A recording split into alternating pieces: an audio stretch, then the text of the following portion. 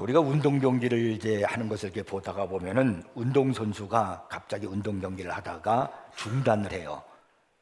그리고 이제 허리를 굽혀서 자기의 이렇게 신발끈을 이렇게 풀렀다가 다시 이렇게 막 메고 그러는 것을 우리가 보게 됩니다. 저 선수가 왜 운동 하다 말고 경기하다 말고 저기 신발끈을 다시 풀러가지고 다시 이렇게 탄탄히 매는가? 그것은 왜 그러냐면은 경기를 하다가 보면은 자기의 경기 스타일이 흐트러질 수가 있어요. 그리고 상대편 선수가 상대편과 할 때에 자신이 생각하는 것과 전혀 다른 그런 모습으로 다가오게 되면 당황하거든요. 그래서 마음을 새롭게 하고 다시 마음을 다짐하기 위해서 재무장을 하기 위해서 운동화끈을 괜히 운동화끈을 이렇게 풀고 다시 졸라매는 것입니다. 이게 마음의 다짐을 하는 재무장을 하는 그런 시간을 이제 갖는 거죠. 근데 이것이 운동 경기에서만 필요한 것일까요? 아닙니다. 여러분, 신앙에 있어서도 재무장이 반드시 필요합니다. 우리는 하나님께서 지난 1년 동안 지켜주셨어요. 그래서 오늘 마지막 예배를 드리고 있습니다. 그러나 여러분, 금년은 너무나도 어수선했고 혼란했고 어두웠습니다. 모든 면들을 볼 때 쉽지 않은 것이 없었습니다. 무엇보다도 지금 우리에게 경제의 그림자가 다가오고 있다는 겁니다. 환율이 높아지고 있잖아요. 1달러가 지금 1,500원 선에 가까워지고 있는데 우리가 현금으로 은행에 가서 1달러를 내가 살려고 하면은 지금은 1,500원 이상 줘야 돼요. 기준가가 1,480 뭐 이렇게 나온다 하더라도 실제로 내가 1달러를 더 현금으로 살려고 하면은 1,500원이 훨씬 넘습니다. 근데 어쨌든 간에 기준선이 1,500원이 넘지 않도록 정부에서도 많이 힘을 쓰고 노력을 하겠지요. 이게 이제 넘어서면은 그때부터 이제 걷잡을 수 없는 경제적인 침체가 온다는 겁니다. 특히 우리나라는 수출을 많이 하는 나라예요. 그래서 우리의 경제가 어떨 때 힘이 나냐면 수출이 많이 돼야만 우리나라의 경제가 살아나는 것입니다. 근데 이 환율이 오르면은 경제 침체에 빠지게 돼요. 왜냐하면 우리가 수출을 하는 나라지만은 모든 원자재들은 또 그것을 우리가 수입을 해온단 말입니다. 그래가지고 그것을 우리가 필요한 것을 만들어가지고 수출을 하는 거예요. 예를 들어서 우리나라가 잘하는 게 뭐냐면 반도체가 우리나라가 세계적으로 유명하잖아요. 근데 그 반도체를 원자재가 우리나라에서 나오는 것들이 아니에요. 그 다른 나라에서 그것을 수입을 해와야 된단 말입니다. 과거에 1달러로 예를 들어서 수입해오는 원자재가 있었어요. 그때 1달러가 1,000원이었습니다. 근데 지금 1달러는 똑같아요.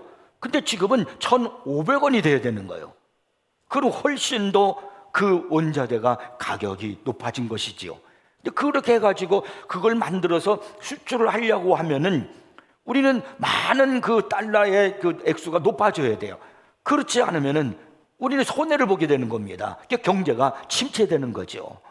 그것뿐이겠습니까? 유가도 마찬가지예요. 우리가 기름을 1달러에 과거에 1달러에 들여왔어요. 그때 1달러에 예를 들어서 1,500원이었습니다.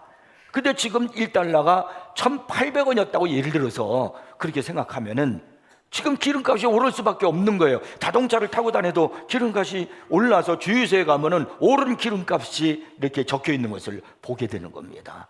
모든 면에 있어서 점점 어려워지는 거예요. 왜 이런 일들이 이 나라에 일어나게 되는가? 이런 문제를 어떻게 우리가 해결해 나갈 수가 있는가? 이것이 여러분 하나님의 백성들이 그리스도인들이 해야 할 신앙의 자세가 아니겠습니까? 저는 목사로서 이렇게 살아오면서 이게 지나면서 참 가슴 아픈 일을 제가 겪었습니다. 여러분도 다 아실 거예요. 제가 누구보다도 두 사람을 참 가슴 아픈데, 한 사람은 최재영 목사라는 분이고요. 이분이 김건희 여사한테 무슨 백인가 뭔가를 줬다고 그러는데, 그리고 그걸 선물했다고 그러는데, 그 사람은 시계에다가 여기다가 몰래 카메라를 여기 만든 거예요.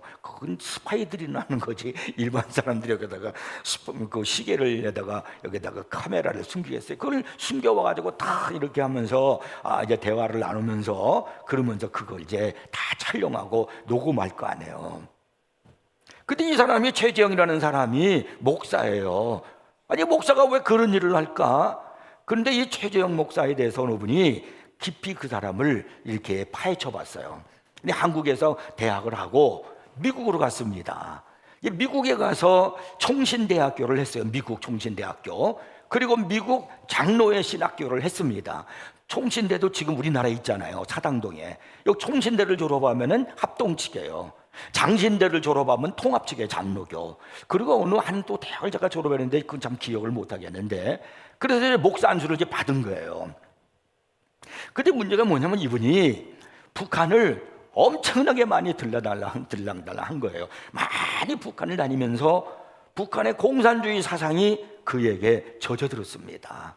그래서 북한이 김일성, 김정일, 김정은 이런 세대가 이렇게 이어진 것은 정당하고 가장 좋은 방법이라고 그는 외칩니다. 그리고 우리가 투표를 하잖아요. 이렇게 하는 것은 이건 잘못됐다라고 그렇게 말을 해요. 그 사람이 누구냐면 최재형 목사예요. 나는 그 사람에 대해서 뭐가 아프냐면 목사가 됐으면 목회를 해야지, 가서 복음을 전해야지 왜 그런 일을 하느냐는 거예요. 그게 가슴이 아픈 거예요. 부끄러운 거예요. 제가 목사지만은 너무나 부끄러워요. 그렇지 않아요? 복음을 전하고 기도하고 아픈 사람을 위해서 복음이 없는, 생명이 없는 자를 영혼을 살리기 위해서 해야지 목사 안수를 받았으면 왜 그런 일을 하느냐는 거예요. 이것이 지금 우리가 이 나라가 지금 처해 있는 모습이에요. 또 하나를 제가 얘기를 한다면, 저도 몰랐는데 최근에 그런 것이 나오니까 제가 이제 연구하는 사람들이 있고 그러니까 저도 알게 됐는데, 우리나라 국무총리가 김민석 아닙니까? 잘 아시잖아요. 김민석인데, 이 김민석 이분의 형 이름이 김민웅이에요. 근데 이분이 뭐냐면 목사예요. 목사인데 어떤 목사냐? 공산주의자예요. 여러분, 목사는 절대로, 성경은 공산주의자를 섬기질 않아요. 공산주의의 특징이 뭐냐면 그것은 유물론 사상입니다. 물질이 최고예요. 그래서 공산주의는 신을 섬기질 않아요. 신을 믿질 않는 거예요. 그런데 공산주의 사상에 젖어들면은 어떻게 기독교가 하나님이 제일일 수가 있겠어요? 그런데 그분이 그런 이제 목사가 돼가지고 저 그냥 근데 그런 분들은 왜 이렇게 똑똑한지 몰라. 나한테는 이제 좀 무식한 사람이 그냥 목회를 하고, 그런 사람들이 참 목회를 잘해야 교회도 살고 막 그럴 텐데 얼마나 똑똑한지 몰라요. 막 몇 개국어씩 하고 막 그냥 얼마나 참 유식한지 몰라요. 그런데 빠져 있고 북한을 막 찬양하고 막 그런 데 빠져 있고 막 그러는 거예요. 그런 게 막 가슴이 아픈 거예요. 목사가 됐으면, 목사 아니면 괜찮은데 목사가 됐으면 복음을 전해야지. 하나님의 옆에 목사로서 지금 이렇게 기름 부음 받았으면 복음 전하라고 세운 거 아니에요? 영혼을 살리라고 세운 거 아니에요? 지금 이게 우리나라의 현실이라는 거예요. 네요, 이것뿐만이 아니에요. 제가 일일이 다 말을 못하지만은 커다란 교회에, 굉장히 큰 교회, 우리나라도 이름만 하면 다 아는 교회, 그런 교회의 그 목회자들이 이상한 신학들을 따르고 이상한 논문을 말고, 그런 동성연애의 그 접합성, 찬정하는 그런 것을 막 그냥 동성결혼하고 이런 논문을 내고 목사가 되고, 이게 지금 우리나라 현실인 거예요. 그래서 얼마나 우리가 어두운 시대를 살고 있는가 하는 것을 우리는 아셔야 됩니다. 여러분, 지금 경제적으로도 어렵지만은 이 사회적으로 사람들의 정신이 혼란해요. 또 우리 예수 믿는 사람들도 바르질 못해요. 많은 경우가. 여러분, 무엇보다도 최고는 성경입니다. 성경보다 위일 수가 없어요. 그게 하나님의 말씀이에요. 그런데 성경보다도 자신의 사상이 위에 있는 사람들이 많아요. 자기가 추구하는 이념이 더 성경보다 위에 있는 사람들이 많단 말입니다. 성경이 하나님의 말씀이 최고임을 믿으시기 바랍니다. 이런 시대 때, 지금 이런 어려울 때 우리가 해야 할 일이 말하면 뭐냐면 신앙 재무장을 해야 됩니다. 우리가 살다가 보면은, 신앙생활을 하다가 보면은 나도 모르게 자꾸 신앙의 끈이, 영적인 끈이 자꾸 풀어진단 말이에요. 운동선수가 운동을 하다가 보면은 이상하게 경기가 잘 안 풀려요. 과거 같은 그런 경기력이 안 나오는 거예요. 왜 그러냐면은 기초가 지금 풀어진 거예요. 처음에 배웠던 기초가 있어요. 신앙의 기초가 굉장히 중요하거든요. 근데 그 기초를 풀어져 버렸어요. 그러다 보니까 다시 운동화 끈을, 기초를 다시 붙들어 매면서 다시 시작하는 마음으로 운동 경기에 임하는 거예요. 우리들도 똑같습니다. 신앙의 재무장을 해야 되는 거예요. 그렇지 않으면 하나님의 도우심 속에서 우리가 살아갈 수가 없어요. 이 나라를 살리고 우리 민족을 하나님이 축복 주시는 것은 하나님이 하시는 일임을 믿으시기 바랍니다. 그 사람들을 세우고 정치가를 세우고 다 하는 거 하나님이 하시는 거예요. 그러니까 어려울 때일수록 우리가 신앙의 재무장을 해야 됩니다. 오늘 여러분이 읽은 이 본문은 이스라엘 백성들의 신앙의 재무장에 대한 말씀입니다. 지금까지 이스라엘은 블레셋이라는 나라부터 숱한 침략을 받아가지고 번번이 그 전쟁에 패해가지고 수많은 사람들이 생명을 잃었습니다. 그러니까 그로 인한 타격은 나라에 얼마나 크게 그 영향력이 심했을까 하는 것을 이해할 수 있잖아요. 당시 나라의 왕 같은 지도자로, 그때는 또 정부가 세워지지 않을 때였단 말이에요. 그 사람이 누구냐면 대제사장이 하는 겁니다. 근데 대제사장이 누구였냐면 엘리라고 하는 사람이 대제사장이었어요. 근데 이 엘리 대제사장이 어느 날 전쟁에서 패했다는 이야기를 듣고 의자에 앉았다가 뒤로 넘어져 가지고 목이 부러져 죽었어요. 그리고 그 엘리 대제사장에 2명의 아들이 있었거든요. 이 2명의 아들이 전쟁터에 나갔어요. 전쟁에 나갔는데 전쟁에 패해서 2 아들도 죽었어요. 사무엘상 4장 2절에 보니까 그때 죽은 사람의 숫자가 4,000명이랍니다. 그런데 전쟁에 자꾸 패하니까 이러면 안 되겠다. 하나님이 우리와 함께 하신다고 했는데 하나님이 우리와 함께 하시는 징표인 법궤를 가지고 가자. 그러면 전쟁에 이기지 않겠는가? 하나님이 우리를 지켜주시겠지 않는가? 그러고서 그들이 법궤를 메고 전쟁터에 참여했어요. 그런데 전쟁에 패하고 법궤는 적군에게 빼앗기고 말았습니다. 이거 얼마나 부끄럽고 가슴 아픈 일입니까? 이 계속되는 전쟁의 패배로 나라가 잿더미가 된 거예요. 백성들이 양도 키우고 뭐 소도 키우고 한 거 다 빼앗겼죠. 전쟁에 패하니까. 그리고 또 아내들도, 그리고 젊은 여성들, 그리고 젊은 남성들은 전부 다 노예로 막 팔려가는 거예요. 그러니까 더 이상 살아갈 기력을 잃어버리는 겁니다. 도대체 하나님의 백성들이 도대체 왜 이렇게 되는 겁니까? 이건 있을 수가 없는 일이에요. 왜 하나님의 백성들이 이렇게 큰 어려움에 빠지는 걸까요? 단 하나요.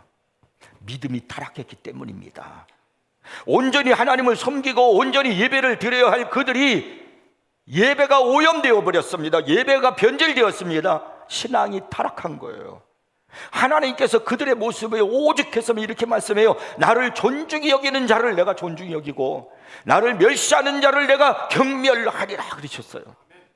하나님을 존중히 여기는 게 뭐예요? 하나님이 보이셔야지, 영이신데. 하나님 앞에 온전히 예배를 드리라는 거예요. 신앙생활을 온전히 하나님 앞에 존중한 마음으로 하라는 거예요. 근데 예배가 엉터리예요. 그리고 신앙생활이 엉터리요. 이 하나님 멸시하는 거예요. 근데 내가 경멸하리라, 이런 말씀이에요. 그러니까 이스라엘 백성들이 신앙생활이 엉터리였다는 겁니다. 이러할 때 사무엘이라는 사람이 등장을 해가지고 이스라엘 백성들을 다 모으는 거예요. 미스바라는 곳으로 모여라. 그걸 다 모입니다. 오늘 그것이 5절이 나오잖아요. 사무엘이 이르되 온 이스라엘은 미스바로 모이라. 내가 너희를 위하여 여호와께 기도하리라. 그래서 그들은 제단을 쌓고 금식하고 우리가 여호와께 범죄하였나이다, 지금까지 신앙생활을 제대로 하지 아니하였나이다 하면서 하나님 앞에 회개하고 부르짖었습니다. 이 본문은 실패의 잿더미 위에서 다시 일어난 이스라엘이 다시 또 한번 블레셋과의 전쟁을 하게 되는데 하나님의 능력으로 그들을 물리치고 승리의 감격을 맛보는 그런 내용을 기록하고 있습니다. 어떻게 이스라엘에게 이런 새로운 붕의 역사가 일어날 수 있었을까요? 어떻게 그들이 어둡고 힘든 그런 잿더미 위에서 다시 일어날 수 있었을까요? 그 원인이 뭘까요? 7절을 한번 보십시오. 이스라엘 자손이 미스바에 모였다 함을 블레셋 사람들이 듣고 그들의 방백들이 이스라엘을 치러 올라온지라. 이스라엘 자손들이 듣고 블레셋 사람들을 두려워하여 맨날 이스라엘에게 패하고 그러니까 또 쳐들어온다는 거예요. 이스라엘 백성들이 미스바에 모였다 함을 이 블레셋 사람들이 듣고 저들이 모였대, 쳐들어가자. 그리고 쳐들어오는 소리를 이스라엘 백성들이 듣고 두려워하는 거. 아이고, 이게 또 큰일 났구나. 블레셋 사람들이 이스라엘 백성들이 모였다 함을 듣고 쳐들어오는 거예요. 왜 쳐들어올까? 두려워하는 거예요. 두렵지 않다면 내버릴 텐데 두려워하는 거예요. 마찬가지로 사탄은 우리 성도들이 모여서 신앙 재무장하는 것을 제일 두려워합니다. 사탄이요, 우리가 돈을 많이 번다고 해서 두려워하지 않습니다. 우리가 세상 권력을 줬다고 해서 사탄이 두려워하지 않아요. 내가 많은 지식을 얻고 학벌이 있다고 좋은 명문대를 나왔다고 해서 사탄이 두려워하지 않습니다. 그러나 우리가 지난 날을 회개하고 모여서 신앙을 새롭게 하자, 신앙을 재무장하자 하면은요, 사탄은 두려워합니다. 사탄은 무서워 떤단 말입니다. 왜 그러냐면 이 사탄이 예수 믿는 사람들이 신앙으로 재무장하고 믿음으로 나가고 기도하면 나가면요, 자기네들은 이길 방법이 없어요. 성령이 역사하니까. 그러니까 이전 상태로, 이 백성들이 그렇게 하지 못한 대로 죄 짓는 상태대로 그 변질된 신앙의 모습으로 살아가도록 자꾸 그렇게 유혹하고 건드는 겁니다. 그러나 여러분, 우리는 사탄의 유혹 앞에 두려워할 이유가 하나도 없는 겁니다. 하나님, 그분은 당신의 백성들에게 참 신실하신 분이십니다. 우리가 마음을 다하여 하나님을 향하잖아요. 그러면요, 하나님은 나를 향하여 더 마음을 다하시고 사랑해주고 계십니다. 내가 하나님께로 한 걸음 다가서잖아요. 그러면요, 우리 하나님은요, 10보, 100보를 더 내게로 다가오시는 분이십니다. 하나님은요, 결코 그분을 의지하는 자를 외면하시지 않습니다. 하나님은 절대로 그분을 의지하는 자가 망하게 그냥 내버려 두지 않는단 말입니다. 12절을 보세요. 사무엘이 돌을 주하여 미스바와 센 사이에 세워 이르되 여호와께서 여기까지 우리를 도우셨다 하고 그 이름을 에베네셀이라 하니라. 전쟁이 일어난 거예요. 하나님을 의지하고 하나님 앞에 회개하고 그러면 하나님이 그냥 내버려 두지 않는다니까. 근데 전쟁에서 이기는 거예요. 한 번도 이겨본 적이 없는데 이스라엘이 막 이기고 막 밀고 올라가는 거예요. 블레셋 사람들이 막 도망하는 거예요. 왜 이런 일이 일어날까요? 정상적으로 보면 이스라엘은 이길 수가 없어요. 하나님이 역사하시는 거예요. 그래서 블레셋 사람들이 무서워서 도망을 가는 겁니다. 그랬더니 이스라엘 백성들이 신바람 나지 않았겠어요? 추격하는 거예요. 블레셋 사람들을 막 추격했는데 백갈까지 갔다는 겁니다. 그리고 너무나 기쁘니까 거기다가 돌을 하나 세우고 에벤에셀이다, 하나님이 여기까지 도우셨다 하는 그런 것을 거기다가 쓰고 그렇게 에벤에셀이라고 했다는 겁니다. 다시 말해서 그들은 미스바에서 꼼짝없이 죽는 줄 알았는데 그들이 모여가지고 회개하고 예배를 드리고 그랬더니 하나님을 의지하고 했더니 반대로 여기까지 물리치게 되었다, 여기까지 올라오게 되었다, 그런 이야기예요. 우리의 삶에도요, 여기까지 도우시는 에베네셀이 필요합니다. 우리의 삶에도 응답이 반드시 필요한 겁니다. 그것이 뭘까요? 신앙 재무장입니다. 어려운 시대를 사는 우리들은 지금 우리가 내년 2026년도 그냥 가만히 있어도 그냥 오겠죠. 그러면 똑같아져요. 그냥 또 어렵고 힘들고 고생하면서 살아가는 거예요. 어둠 속에 살아가는 거예요. 이제는 그렇게 해서는 안 돼요. 여러분, 오늘 신앙을 재무장하고 다짐하셔야 됩니다. 그래야 새롭게 다가오는 2026년도에 하나님이 역사하실 기대를, 소망을 갖고 살아갈 수가 있는 겁니다. 자, 그러면 어떻게 신앙 재무장하는 걸까요? 신앙 재무장이란 무엇일까요? 첫째가 온전한 예배입니다. 자, 오늘 본문 9절을 보겠습니다. 사무엘이 젖 먹는 어린 양 하나를 가져다가 온전한 번제를 여호와께 드리고 그랬습니다. 왜 이 성경에서 그냥 번제를 드리고, 번제가 예배잖아요. 사무엘이 젖 먹는 어린 양 하나를 가져다가 번제를 여호와께 드리고 이렇게 하지 아니하고 온전한이라는 단어를 거기다가 넣었을까요? 강조함이 느끼잖아요. 온전한 번제를 드렸다. 이 말은 지금까지 이스라엘 백성들이 온전한 예배를 드리지 않았다는 겁니다. 하나님은 모든 것의 주인이시므로 우리는 모든 것을 그분께 먼저 드려야 됩니다. 그리고 그분 앞에 예배를 드릴 때 온전한 마음으로 드려야 할 줄 믿으시기 바랍니다.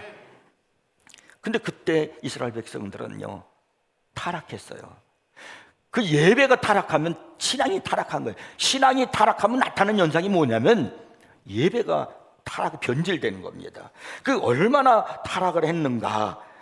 우리가 사무엘상 2장에 보면은 당시 대제사장이었던 엘리의 아들이 있어요. 두 아들이 있었는데 두 아들들도 제사장이에요. 당시의 율법에 의해서 아버지가 제사장이면 그 아들도 제사장이고 그 아들도 제사장이고 그래요. 이건 이제 이렇게 이어가는 겁니다. 그러니까 아버지가 대제사장 엘리가 제사장이니까 그의 아들 두 아들도 또 제사장이 되는 거예요. 그런데 이 아들들이 얼마나 잘못된 못된 생활을 했는지 사무엘상 2장 12절에 보니까 엘리의 아들들은 행실이 나빠 여호와를 알지 못하더라 그랬어요. 그들이 하나님을 알지 못했을까요? 제사장인데요, 아버지 앞에서 맨날 그거 제사 드리는 거 예배 드리는 거 봤는데요, 기도하는 거 들었는데요, 하나님을 몰랐을까요? 근데 성경은 뭐라고 그러냐면요, 여호와를 그들은 알지 못했다는 겁니다. 왜 이렇게 말씀하시는 걸까요? 온전한 예배를 드리지 않았다는 거예요. 그건 내가 너를 모르겠다는 말씀과 똑같은 거예요.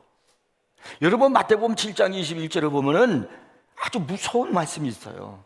그날에 너희가 나더러 주여 주여 하는 자마다 다 천국에 들어가는 것이 아니요 아버지의 뜻대로 행할지니라 그랬어요. 주여 주여 하는 거 다 들어가는 게 아니래요. 주님, 내가 주님의 이름으로 선자 노릇했는데요, 나 주님의 이름으로 제사장 노릇했는데요, 내가 주님의 이름으로 병자도 고쳤는데요, 내가 너희를 도무지 알지 못하겠노라. 내게서 떠나갈지어다. 주님이 이렇게 말씀하는 거예요. 그러니까 온전한 아버지의 뜻대로 예배를 드리지 않는 것은 주님이 모른다는 거예요. 지금 이 두 아들이, 엘리의 두 아들이 온전한 예배를 드리지 않았기 때문에 그들이 왜 하나님을 모르겠어요? 근데 하나님은 난 너 모르라 이렇게 지금 말씀하고 있는 겁니다. 온전한 신앙생활을 하지 않으면 하나님께서 난 너 몰라 그럴 수 있다는 겁니다. 사무엘상 2장 13절부터 17절까지 보면 이 두 아들이 어떤 행위를 했는가 하는 것이 나오거든요. 제가 읽어볼 때가 조금 길지만 여러분 자막에 나오니까 한번 잘 보세요. 그러면서 여러분이 이해하시길 바랍니다. 자, 어떻게 써 있느냐?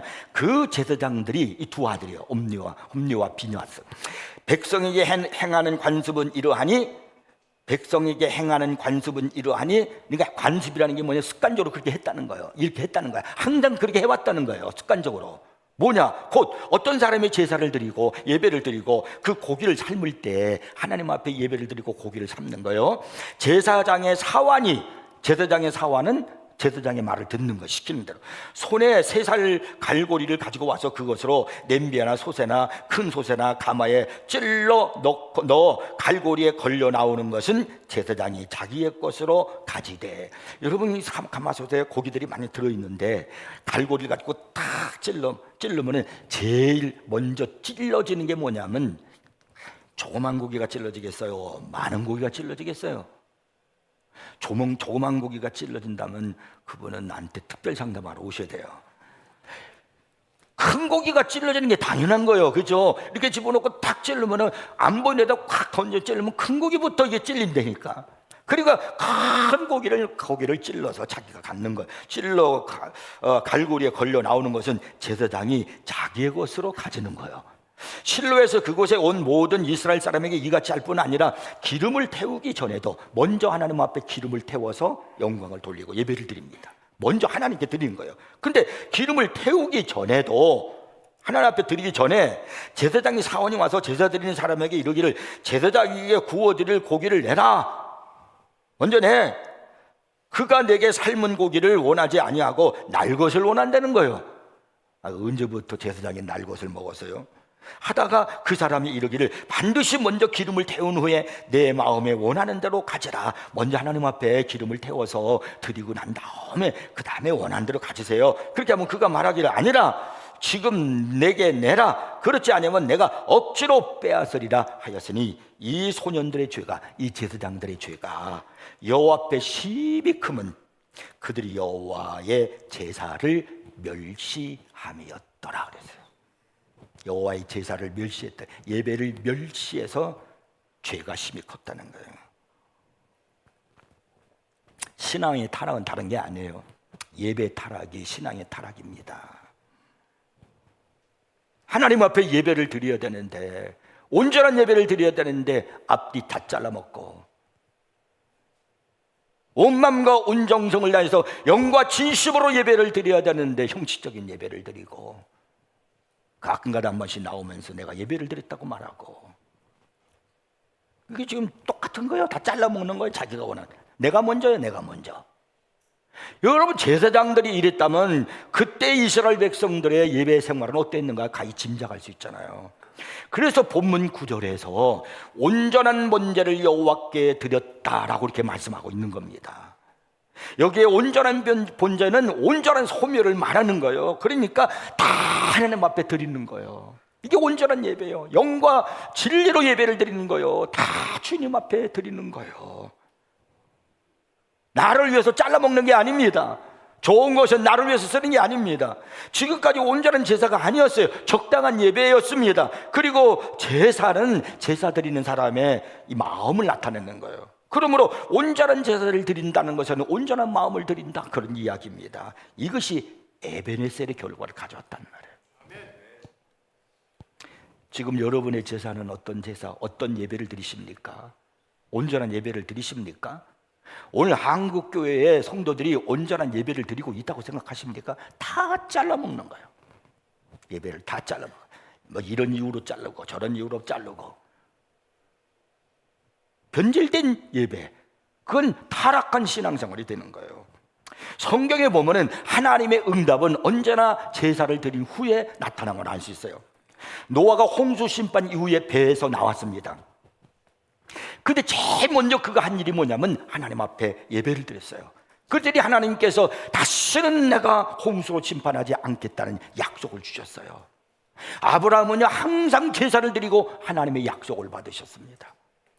엘리야가 갈멜산에서 하나님 앞에 먼저 예배를 드리고 난 후에 불과 비를 응답 받으셨습니다. 그러니까 항상 예배 후에 이런 응답과 축복이 있었다는 겁니다. 그러니까 이 본문의 에베네셀의 축복도 온전한 예배 후에 왔다는 사실을 믿으시기 바랍니다. 온전한 예배가 언제나 하나님의 응답을 가져오는 거예요. 그래서 예배 생활이 중요한 겁니다. 제가 늘 예배를 중요시하고 외치는 이유가 여기 있는 거예요. 우리는 예배를 위해서 태어난 사람이고 예배를 위해서 구원받은 사람들이에요.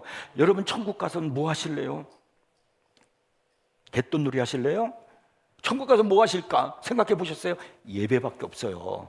요한계시록에 보면은 예배하는 거예요. 하나님을 찬양하고 경배하는. 아우, 하나님만 찬양하고 경배도 지긋지긋해서 어떻게 살지? 걱정하지 마세요. 그런 것까지 왜 신경 써요? 주님과 함께 있는 것은 너무나도 좋아요. 여러분, 성경에 보면 마가복음 9장에 보면은 베드로와 요한과 야고보가 예수님과 함께 변화산에 갔어요. 근데 갑자기 거기서 기도하는 중에 예수님이 변화되는 거예요. 예수님이 싹 변화되고 모세도 변화된 모습으로, 엘리야도 변화된 모습으로 같이 세상에 나타났어요. 그러니까 엘리야가 베드로가 그 모습을 보고 너무나도 감동이 되니까 이렇게 말합니다. 주여, 여기 있는 것이 좋사오니 우리가 초막셋을 짓고 하나는 주를 위하여 하나는 모세를 위하여 하나를 엘리야를 위하여 하사이다. 우리를 위해서 하는 건 없어요. 여기 있는 것이 너무 좋아요. 그냥 주님과 함께 있는 것만으로도 변화된 그 모습만 봐도 그냥 너무 좋은 거예요. 천국은요, 여러분이 상상할 수 없을 정도로 좋은 것임을 믿으시기 바랍니다. 우리가 이 천국에 가서 이렇게 하나님께서 구원시켜 주셨는데 예배드리라고. 근데 예배 생활을 아무렇게나 하면 안 돼요. 왜? 마귀는 예배가 무섭거든요. 다윗처럼 성경에 많이 거명된 인물도 없을 거예요. 다윗은 예수님 다음으로 가장 많이 기록됐습니다. 모두요, 성경에 보면 1107회나 다윗의 이름이 등장을 합니다. 어마어마한 거죠. 그러니까 이 다윗은 구약 인물사의 중심이라고 할 수 있어요. 성경에 보면요, 어떤 왕이든 누구든지 그 사람이 하나님 앞에 온전한 생활했다, 온전한 신앙생활했다 그러면요, 뭐라고 그러냐면요, 다윗처럼 온전히 행하였으므로, 이렇게 성경에 기록해요. 저 사람은 하나님 앞에 온전한 신앙생활을 하지 않았어, 온전한 예배를 드리지 않았어. 그럼 뭐라 하냐면요, 다윗처럼 온전히 행하지 아니하였으므로. 그러니까 사람의 평가를 보는 기준이 뭐냐면 다윗이었다는 거예요. 그게 예배의 기준이었어요. 사도행전 13장 22절에 보니까 하나님은 다윗을 향하여 내 마음에 맞는 사람이라고 그렇게 말씀하고 있거든요. 하나님이 왜 다윗을 향하여 내 마음에 맞는 사람이라고 그랬을까요? 천한 목동의 신분에서 아주 존귀한 왕의 신분으로 칠수했기 때문일까요? 시편을 많이 쓰고 수금을 연주하는 예술가였기 때문일까요? 사자와 곰을 때려잡는 힘과 용기가 있는 투사였기 때문일까요? 솔로몬 성전을 건축할 때 전 재산을 들여서 건축할 수 있도록 했기 때문일까요? 남북 이스라엘을 통일시키고 국력을 신장시킨 정치적 리더십 때문일까요? 아니에요. 예배 때문입니다. 다윗은 한마디로 하면 예배자예요. 시편이 150편으로 되는데 그 중에 절반 정도는 70편이 다윗이 기록한 건데, 거기에서 제일 많이 나오는 게 예배, 찬양, 기도. 이게 이제 예배 시간에 다 있는 거 아니에요? 예를 들어서 시편 138편 2절에 보니까 내가 주의 성전을 향하여 예배하며 그랬어요. 시편 55편 17절을 보니까 저녁과 아침과 정오에 내가 근심하여 단식하리니 기도하는 거죠. 시편 86편 3절에 보니까 주여 내가 종일 주께 부르짖나이다, 종일 기도했다는 거예요. 시편 34편 1절에 보니까 내가 여호와를 항상 송축하며 하나님을 찬양했다는 겁니다. 이게 다윗은 날마다 이런 생활을 하는 거예요. 그래서 하나님이 다윗이 내 마음에 드는 거야. 내 마음에 든다. 그럼 오늘 이 시대에 하나님 마음에 맞는 사람은 누구일까? 예배자로 사는 사람이에요. 그 사람이 하나님 마음에 드는 거예요. 그래서 예배가 중요한 겁니다. 신앙 재무장이라는 것은 흐트러졌던 나의 예배 생활이, 형식적이었던 나의 예배 생활이 이제 말씀의 끈으로 여러분 붙들어 매고, 그리고 온전한 예배 생활을 하기로 결단하는 것, 이것이 신앙 재무장이심을 믿으시기 바랍니다. 그 다음에 두 번째는요, 기도입니다. 이스라엘 자손들은 블레셋이 쳐들어오니까 막 두려워했죠. 그런데 사무엘은 미동도 하지 않아요. 너나 낚았다 가지 않아요. 9절에 보면 블레셋이 쳐들어오는 그 순간에 사무엘이 뭘 했냐면 태연하게 막 사람들이 불안해가지고 두려워하고 어쩔 줄 모르는데 예배 드리고 찬송하고 그냥 부르짖어 기도하고 그러는 거예요. 아니 어떻게 이럴 수 있습니까? 하나님의 성도들은 믿음으로 무장하고 있는 것 자체가, 지금 내가 예배를 드리고 기도하고 말씀 듣고 있는 이거 믿음으로 무장하는 거예요. 이 자체가 무기고 권능이고 하나님의 도우심을 받는 시간입니다. 블레셋이 쳐들어오자 두려워했던 이스라엘 백성들은 사무엘에게 이렇게 요청을 하는 거예요. 8절에 보니까 이스라엘 자손이 사무엘에게 이르되 당신은 우리를 위하여 우리 하나님 여호와께 시지 말고 부르짖어 우리를 블레셋 사람의 손에서 구원하시게 하소서. 막 두려우니까 기도해달란 말이죠. 기도는 경건 생활의 지표일 뿐만 아니라 위기의 순간에 강력한 힘을 나타내는 무기입니다. 평상시 땐 몰라요. 경건 생활을 하게 만들죠. 늘 기도하는 사람은 경건하게 살아요. 잘 몰라요, 그거는. 근데 어떤 위기가 딱 나타나잖아요. 근데 그때는 기도가 마귀를 물리치고 문제를 해결하는 능력이 된다는 겁니다. 사무엘은 그의 어머니 한나의 기도로 태어났고요, 어머니로부터 기도하는 걸 배웠고 평생을 기도하며 산 사람이었습니다. 이렇게 기도와 밀접한 관계에 있는 사무엘이었기 때문에 이것을 알고 있었던 이스라엘 백성들이 블레셋이 쳐들어오니까 막 두려우니까 우리를 위해서 기도해 주십시오라고 요청한 겁니다. 그래서 사무엘이 온전한 번제를 드리고 하나님 앞에 막 기도했어요. 그랬더니 응답을 받았어요. 그래서 블레셋을 물리친 겁니다. 단순히 물리친 게 아니에요. 대승을 거둔 겁니다. 이후로는 블레셋이 쳐들어오질 못했어요. 잃어버린 땅도 회복되었습니다. 여기서 우리가 기도가 얼마나 위대한 것인가를 알아야 됩니다. 우리가 하나님 앞에 기도한다는 것은 가장 강한 자가 된다는 것을 말하는 겁니다. 기도가 일상생활에서 조금 전에 얘기한 것처럼 경건의 지표가 될 수 있을지 모르지만은 늘 내가 기도하고 있으면 어떻게 하는 줄 아십니까? 총을 들고 대적을 향해서, 악한 마귀를 향해서 총을 다 겨누고 있는 거예요. 그리고 내가 방아쇠에다 손을 대고 있는 거예요.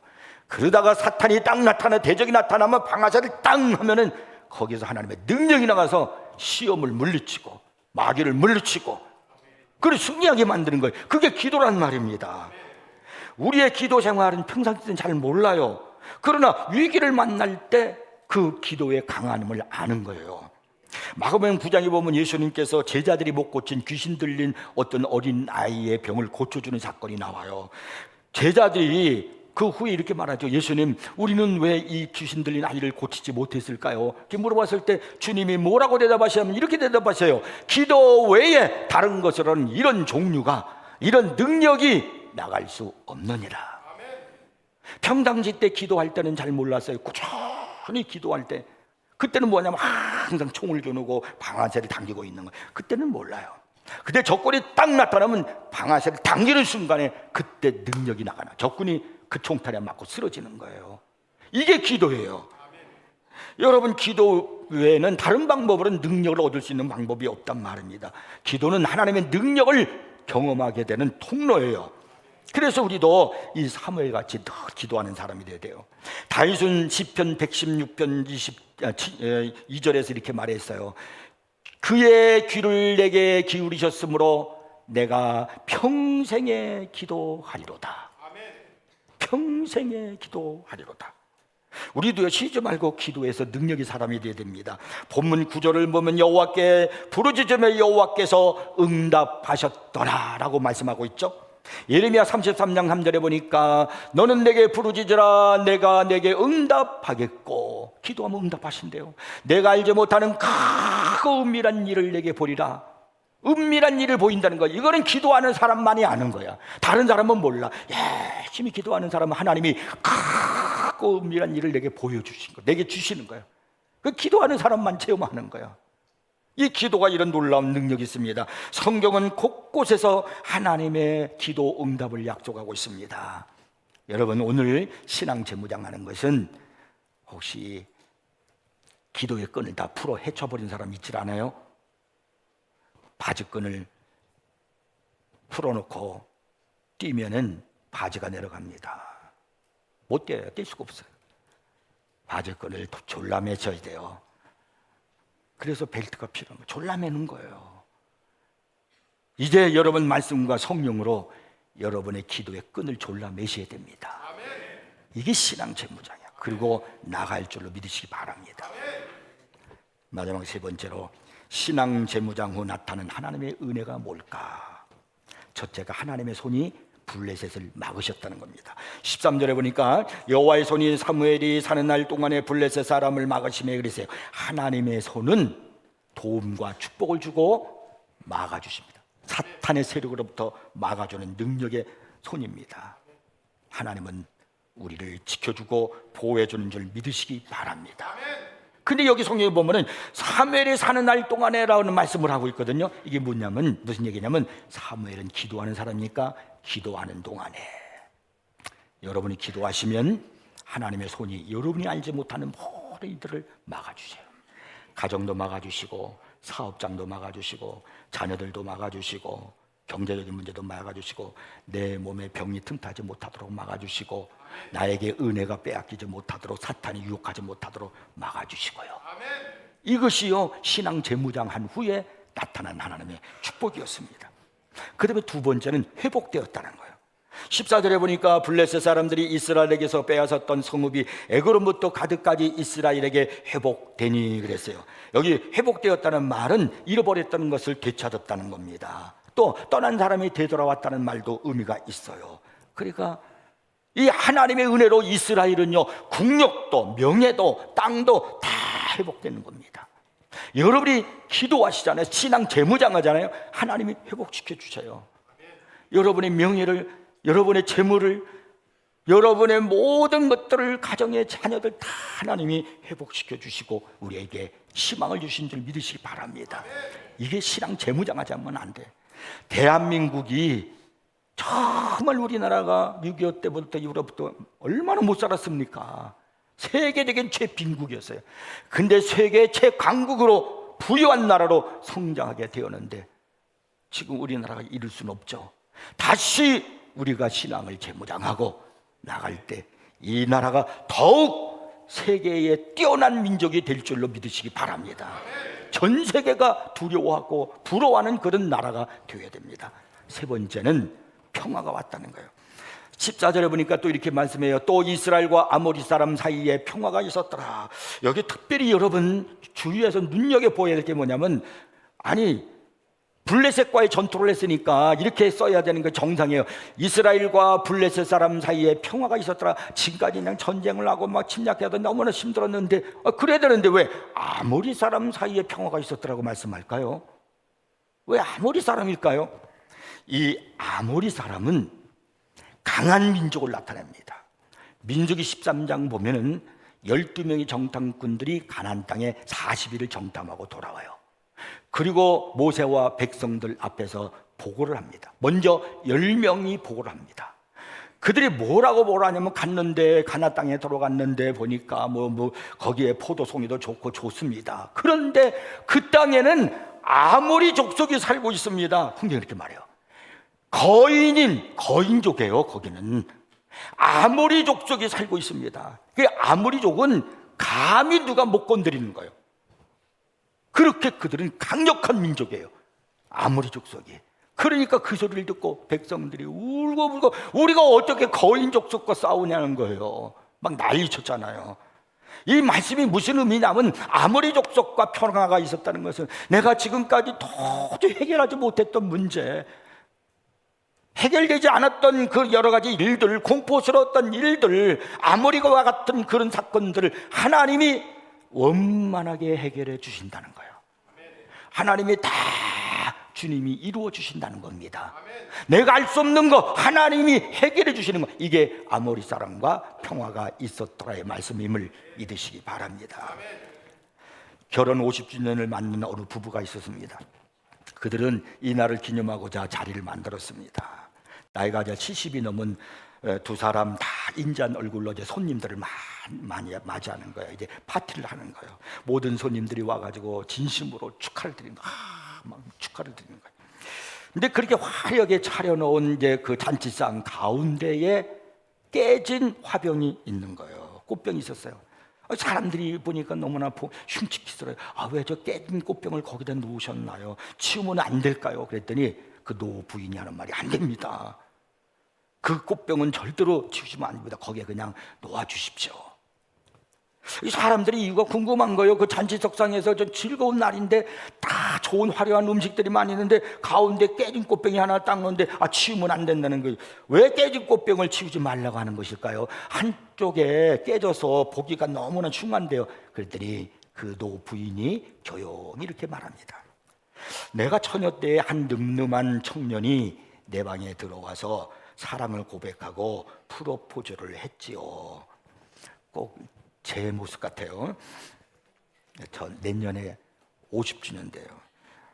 그때의 내 가슴이 얼마나 두근거리고 얼마나 뜨겁고 얼마나 감격하고 행복했던지, 그가 나간 다음에 나도 모르게 춤을 추다가 그만 이 꽃병을 깨뜨렸습니다. 그래 50년이 된 지금도 이 꽃병을 볼 때마다 그때 그 감격, 그때 그 기쁨, 환희, 이게 막 되살아나는 겁니다. 세상을 살면서 저도 간혹 남편한테 실망하고, 그리고 좀 싸움도 하고, 또 어떤 일로 인하여 괴로울 때마다 깨진 이 꽃병을 쳐다보면서 그때의 그 환희, 그 감격, 기쁨을 회상했습니다. 얼마나 그때 행복했는지요. 그것이 여태까지 내가 살게 오게 된 50년의 결혼 생활이었고 행복의 이유였습니다. 이렇게 말하는 거예요. 여러분, 여기까지도 오신 하나님의 은혜로 오늘의 우리가 있는 것이 아니겠습니까? 여러분, 지난 날들에 여러 가지 많은 일들이 있지만은, 그러나 하나님이 이렇게 도우셨구나, 도우신 그 손길이 느껴지잖아요. 그것을 기억하십시오. 그리고 오늘 우리가 신앙을 재무장하고 이제 그때마다 하나님이 주셨던 은혜가 다시 내게 임할 줄 믿고, 그리고 전진하는 우리가 되어야 되지 않겠습니까? 이제 여러분 온전한 예배를 드리시고 무릎으로 살아가는 우리가 되기를 바랍니다. 이제 또 똑같이 그렇게 사시면 안 돼요. 그렇게 되면은 참 우리에겐 희망이 없는 겁니다. 우리 세인교회가 희망을 갖고 2026년도에도 하나님이 역사하시는 놀라운 은혜와 축복을 경험하는 여러분 되기를 바랍니다.